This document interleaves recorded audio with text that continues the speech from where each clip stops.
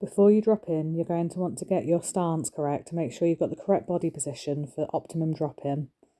This involves sitting in an imaginary chair with your knees really bent, your shoulders square. You're going to look forward to where you're going to go, sit in that invisible chair and put your arms forward to ensure you maintain that position. This is the ideal position to ensure that you don't fall backwards as you drop in. The first type of drop in we're going to cover is called a step-in drop.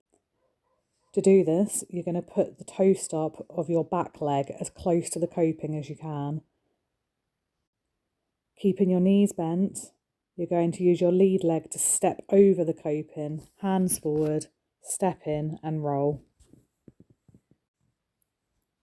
The second type of drop-in we're going to cover is called a pivot drop-in.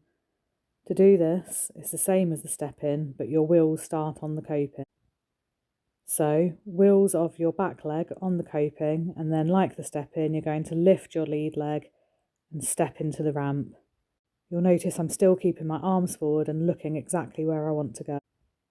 The third type of drop-in is a double pivot, the same concept, but instead of stepping in with that lead leg, this time you're going to bring it onto the coping alongside your other foot, and when you're ready, you're going to tip your weight forward and roll into the ramp.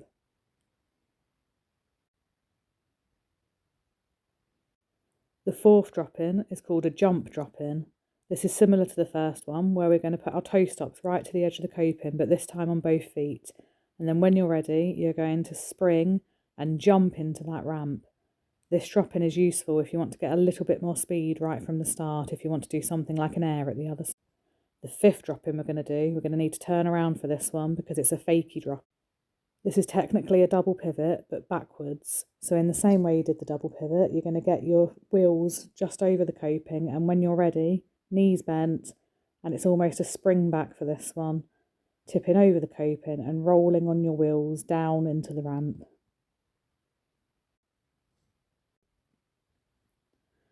And lastly, the sixth drop-in we're going to do is called a roll-in drop-in. For this, you need a little bit of space.